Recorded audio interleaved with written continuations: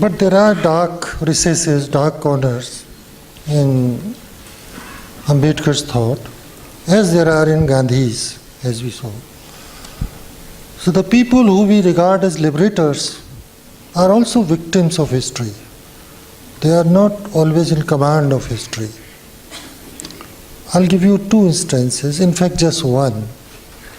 Ambedkar's thought on Muslim, his notion of Islam, his understanding of the history of Muslims in South Asia, his conceptualization of Muslim identity in South Asia, when you go through work, particularly his work on Pakistan and the partition, where he also, in good detail, reveals his understanding of this history, is straight out of an Orientalist approach to a 19th century British colonial historian's approach to this question.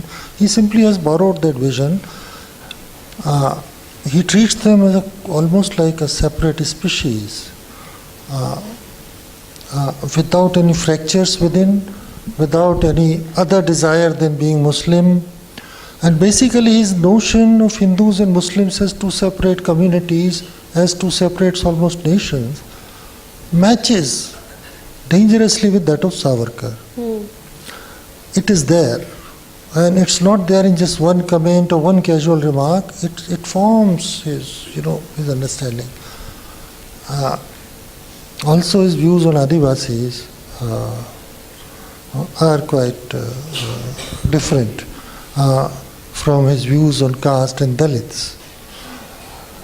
These are the things that also forces one to consider Ambedkar not just a liberator, but also a human being, as a thinker with great flaws, and whose thought have to be approached with the same critical awareness as we approach, say, the ideas of Gandhi or Nehru or anybody else.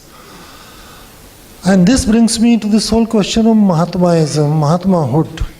Can I just answer that slightly, briefly? I just want to say that I think that, of course, Ambedkar needs to be scrutinized with scholarship, with questions and all that. But first of all, at least we have to bring him into the light, before we start questioning things. And I think it is only respect for someone that you give somebody scholarly attention, you argue with him, and you don't just worship him from a distance and say everything you say is right, And I think all of us are such flawed beings, all of us. I mean, there isn't any perfect philosopher or perfect person beyond any perfect human being. And of course, in Annihilation of Caste itself, there are passages on Adivasis that he writes where the language used is very similar to the language in which Gandhi describes untouchables, So these are things that we do need to talk about and not shy away from. And I think you're absolutely right there. Now this whole business of Mahatmaism and deification and the sainthood, where does Ambedkar stand today? Do we need to watch out against similar deification and fossilization? Who can and cannot speak of Ambedkar or for Ambedkar? It's a big question, and this is every time a non-Dalit starts talking about it, the very first hurdle, at the very first point, this question comes up. You have partly talked about it, perhaps you have had personal experience, but the problem goes much further. Should we confine Ambedkar, as you say, to that small room, or is he a thinker for whole mankind, whole humanity? And when you look at him as a thinker for whole of India, for the whole world, then obviously these questions, these problems will come up.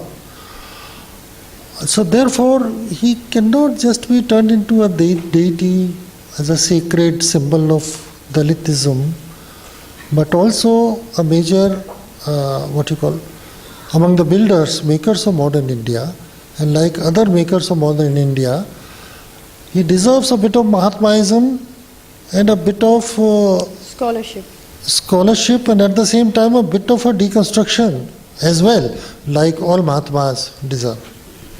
Absolutely, absolutely. I agree, and I think that it is respectful to someone to give him the benefit or her the benefit of scholarship. And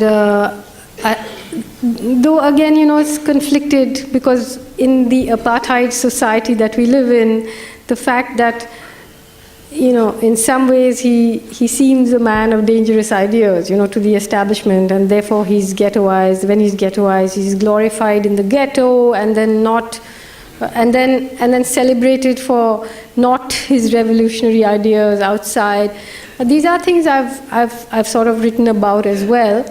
But I completely agree with you, and unfortunately, our trouble now, I think, in India is that we are approaching an age where, when in the 19th century, what Ghalib could say about his relationship with Islam, or what Manto could say about his faith, or what Ambedkar could say about Hinduism, or what Nehru could say about Kashmir, we can't say. We talk a lot about free speech, but do we have free speech? Can we think freely? You have to write things, sort of combing them for tweetable sentences, and we're just hemming ourselves in a way where our minds would end up in tweets. It's really very sad.